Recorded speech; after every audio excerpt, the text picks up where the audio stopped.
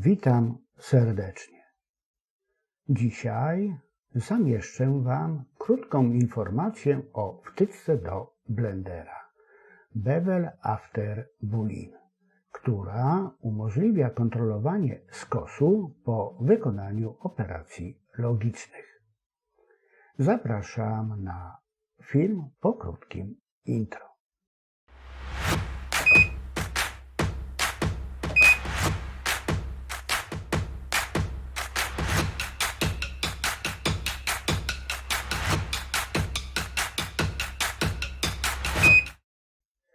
Wtyczka nie działała prawidłowo z najnowszymi wersjami Blendera.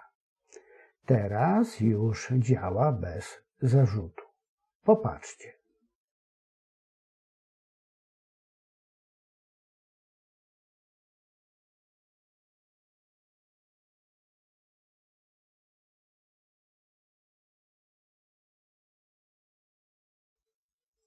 Skos łatwo utworzyć i kontrolować po wykonanej operacji logicznej.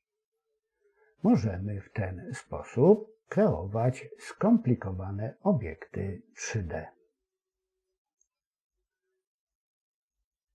Aktualną wersję Blendera pobieramy ze strony blender.org.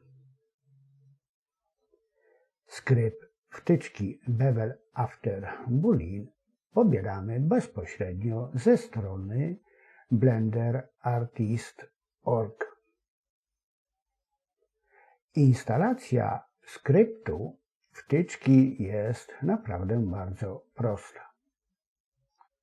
Odsyłam do swojego poradnika, którego rekomendację zamieszczam na końcu filmu. Dziękuję za uwagę.